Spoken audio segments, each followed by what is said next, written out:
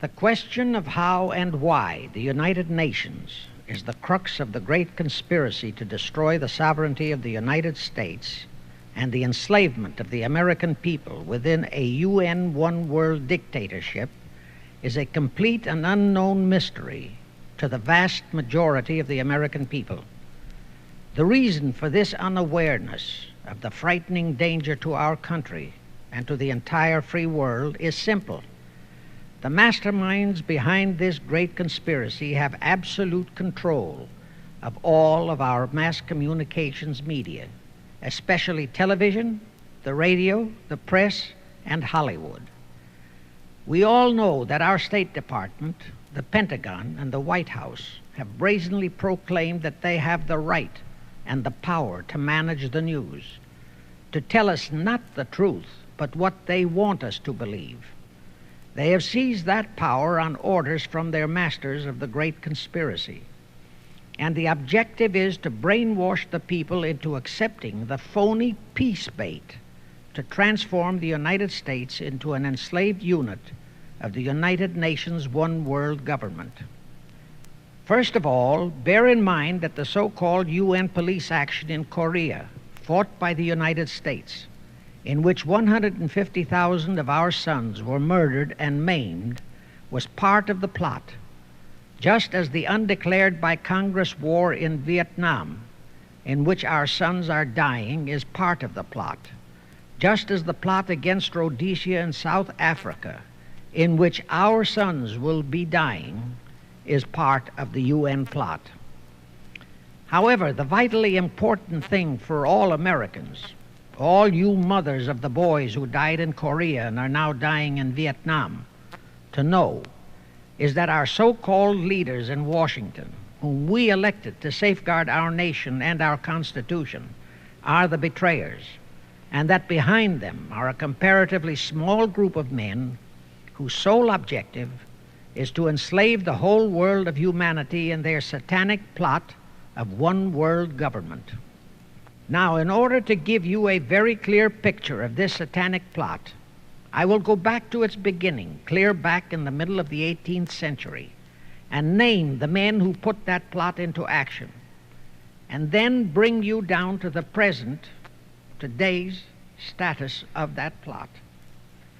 Now, as a matter of further intelligence, a term used by the FBI, let me clarify the meaning of the expression, "He is a liberal." The enemy, meaning the one world conspirators, have seized upon that word liberal as a cover-up for their activities. It sounds so innocent and so humanitarian to be liberal.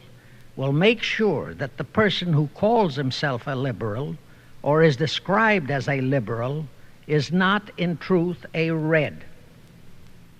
Now then, this satanic plot was launched back in the 1760s when it first came into existence under the name of the Illuminati. This Illuminati was organized by one Adam Weishaupt, born a Jew, who was converted to Catholicism and became a Catholic priest, and then, at the behest of the then newly organized House of Rothschild, defected and organized the Illuminati. Naturally, the Rothschilds financed that operation. And every war since then, beginning with the French Revolution, has been promoted by the Illuminati, operating under various names and guises. I say under various names and guises because after the Illuminati was exposed and became too notorious, Weishaupt and his co-conspirators began to operate under various other names. In the United States, immediately after World War I, they set up what they called the Council on Foreign Relations, commonly referred to as the CFR. And this CFR is actually the Illuminati in the United States. And its hierarchy, the masterminds in control of the CFR, to a very great extent are the descendants of the original Illuminati conspirators. But to conceal that fact, Most of them changed their original family names to American-sounding names. For example, the true name of the Dillons, Clarence and Douglas Dillon, once Secretary of the U.S. Treasury Department, is Lepowski. I'll come back to all this later. There is a similar establishment of the Illuminati in England, operating under the name of the British Institute of International Affairs. There are similar secret Illuminati organizations in France, Germany, and other nations operating under different names. And all these organizations, including the CFR, continuously set up numerous subsidiary or front organizations that are infiltrated into every phase of the various nations' affairs. But at all times, the operations of these organizations were and are masterminded and controlled by the internationalist bankers, who in turn were and are controlled by the Rothschilds. The details of how they accomplished the setting up of the CFR in the United States, as also in the other nations, are far too voluminous to be described in this dissertation.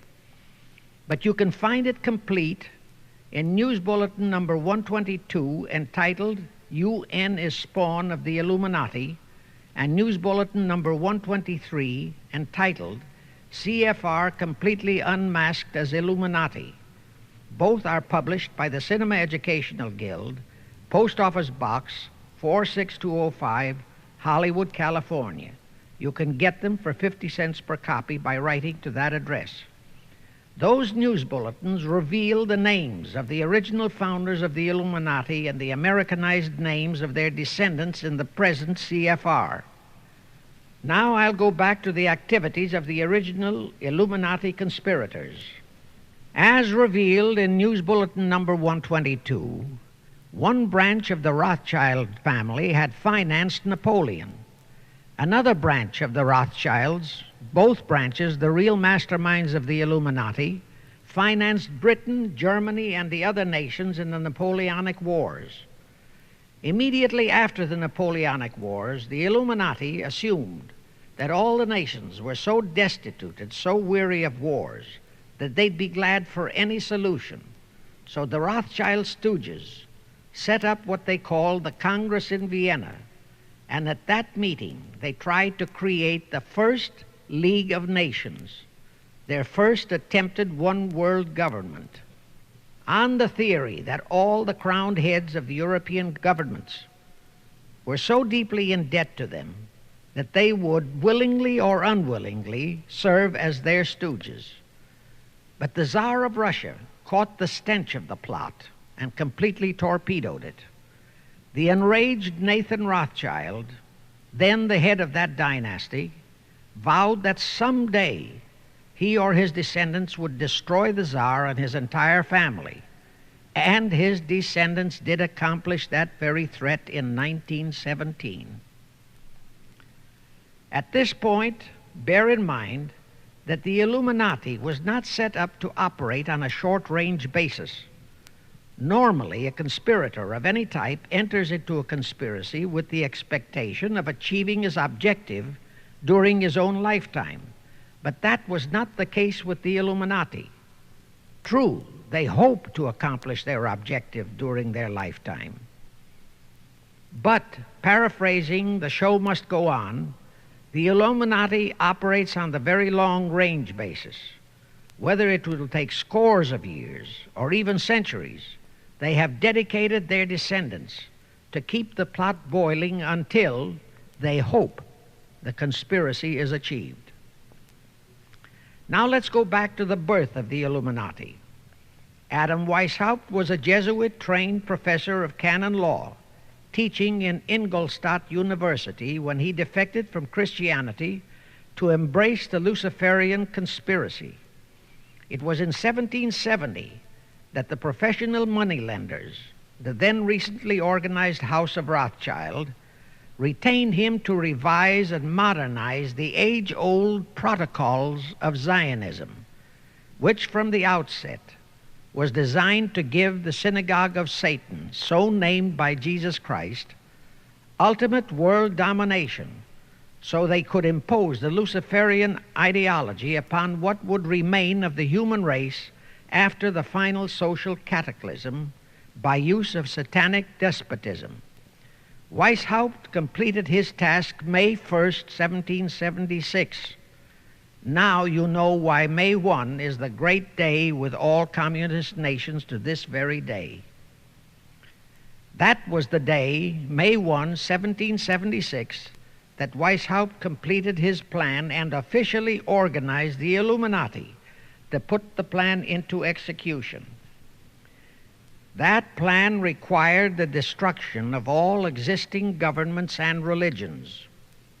That objective was to be reached by dividing the masses of people whom he, Weishaupt, termed Goyim, or human cattle, into opposing camps in ever-increasing numbers on political, social, economic, and other issues, the very conditions we have in our country today.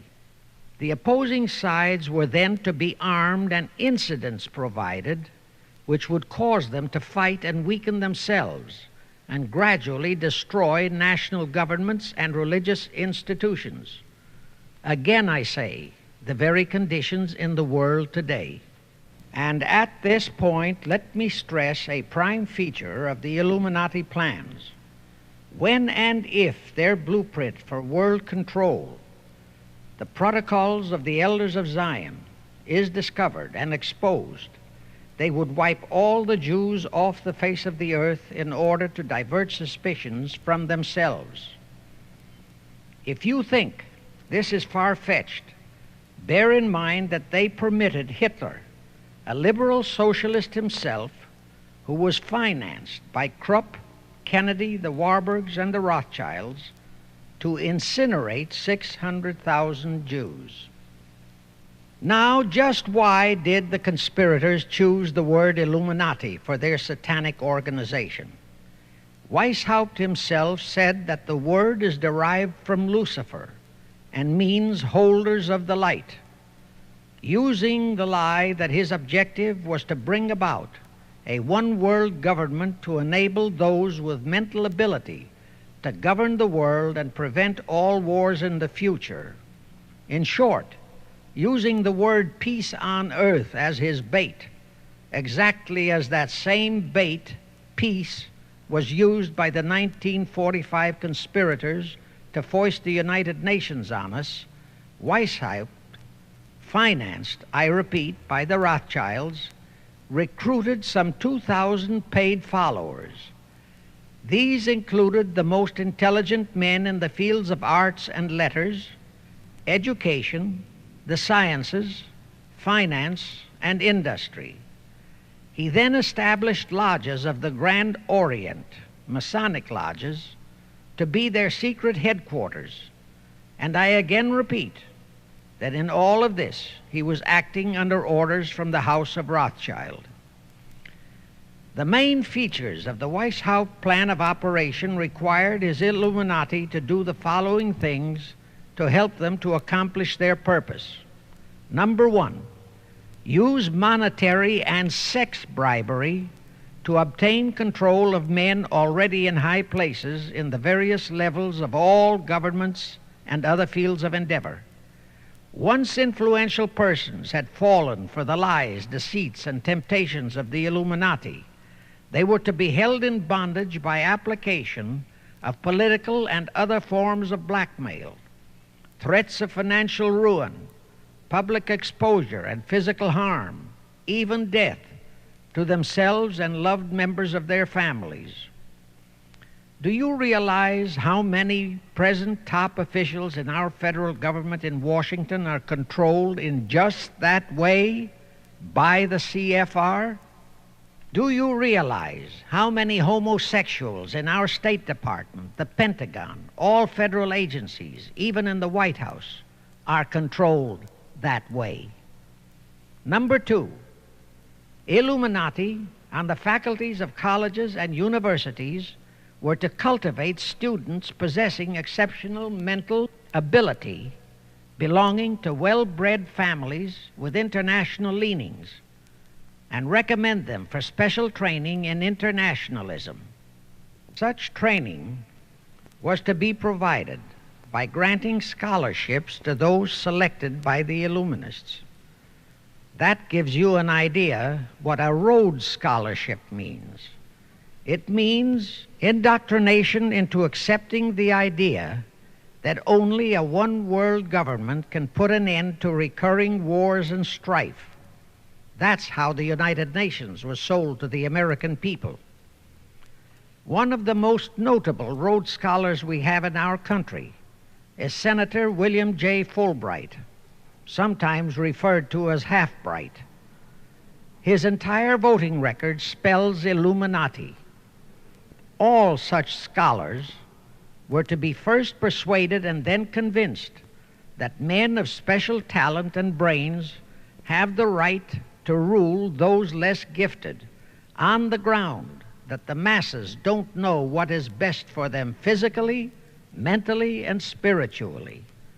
In addition to the Rhodes and similar scholarships, today there are 3 special Illuminati schools located in Gordonstown in Scotland, Salem in Germany, and Anavrita in Greece. These 3 are known ones, but there are others that are kept undercover. Prince Philip, the husband of Britain's Queen Elizabeth, was educated at Gordonstown at the instigation of Lord Louis Mountbatten, his uncle, a Rothschild relative who became Britain's admiral of the fleet after World War II ended. Number 3, all influential people trapped into coming under the control of the Illuminati, plus the students who had been specially educated and trained, were to be used as agents and placed behind the scenes of all governments as experts and specialists, so they would advise the top executives to adopt policies which would, in the long run, serve the secret plans of the Illuminati one-world conspiracy and bring about the destruction of the governments and religions they were elected or appointed to serve. Do you know how many such men operate in our government at this very time? Rusk, McNamara, Hubert Humphrey, Fulbright, Kuchel, and go on and on and on.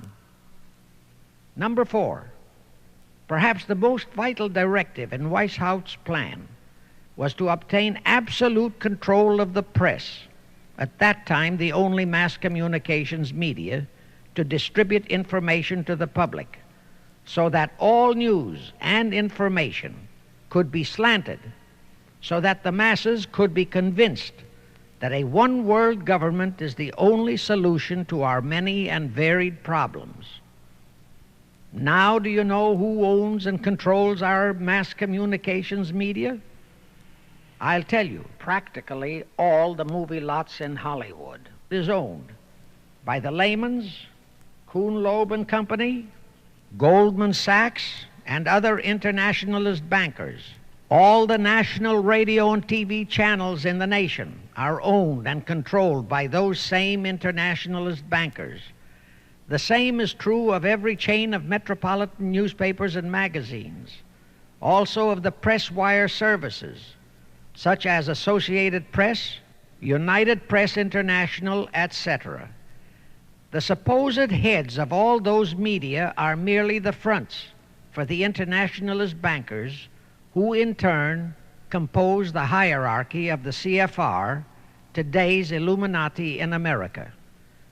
Now can you understand why the Pentagon's press agent Sylvester so brazenly proclaimed that the government has the right to lie to the people? What he really meant was that our CFR-controlled government had the power to lie to and be believed by the brainwashed American people. And let's again go back to the first days of the Illuminati. Because Britain and France were the 2 greatest world powers in the late years of the 18th century, Weishaupt ordered the Illuminati to foment the colonial wars, including our Revolutionary War, to weaken the British Empire and organize the French Revolution to destroy the French Empire. He scheduled the French Revolution to start in 1789. However, in 1784, a true act of God placed the Bavarian government in possession of evidence which proved the existence of the Illuminati, and that evidence could have saved France if they, the French government, hadn't refused to believe it. Here is how that act of God happened. It was in 1874 that Weishaupt issued his orders for the French Revolution. A German writer named Zwack put it into book form. It contained the entire Illuminati story and Weishaupt's plans. A copy of this book was sent to the Illuminists in France, headed by Robespierre, whom Weishaupt had delegated to foment the French Revolution. The courier was struck and killed by lightning as he rode through Raleston on his way from Frankfurt to Paris. The police found the subversive documents on his body and turned them over to the proper authorities. After careful study of the plot, the Bavarian government ordered the police to raid Weishaupt's newly organized lodges of the Grand Orient and the homes of his most influential associates. All additional evidence thus discovered convinced the authorities the documents were genuine copies of the conspiracy by which the Illuminati planned to use wars and revolutions to bring about the establishment of a one-world government, the powers of which they, headed by the Rothschilds, intended to usurp as soon as it was established, exactly in line with the United Nations plot of today. In 1785, the Bavarian government outlawed the Illuminati and closed the lodges of the Grand Orient. In 1786, they published all the details of the conspiracy. The English title of that publication is The Original Writings of the Order and Sect of the Illuminati. Copies of the entire conspiracy were sent to all the heads of church and state in Europe. But the power of the Illuminati, which was actually the power of the Rothschilds, was so great that this warning was ignored. Nevertheless, Illuminati became a dirty word, and it went underground. At the same time, Weishaupt ordered Illuminists to infiltrate into the lodges of Blue Masonry and form their own secret societies within all secret societies. Only Masons who proved themselves internationalists and those whose conduct proved they had defected from God were initiated into the Illuminati. Thenceforth, the conspirators donned the cloak of philanthropy and humanitarianism to conceal their revolutionary and subversive activities. In order to infiltrate into Masonic lodges in Britain, Weishaupt invited John Robison over to Europe. Robison was a high-degree Mason in the Scottish Rite. He was a professor of natural philosophy at Edinburgh University and secretary of the Royal Society of Edinburgh. Robison did not fall for the lie that the objective of the Illuminati was to create a benevolent dictatorship, but he kept his reactions to himself so well that he was entrusted with a copy of Weishaupt's revised conspiracy for study and safekeeping. Anyway, because the heads of state and church in France were deluded into ignoring the warnings given them, the revolution broke out in 1789 as scheduled by Weishaupt. In order to alert other governments to their danger, in 1798 Robison published a book entitled Proof of a Conspiracy to Destroy All Governments and Religions. But his warnings were ignored, exactly as our American people have been ignoring all warnings about the United Nations and the Council on Foreign Relations, the CFR.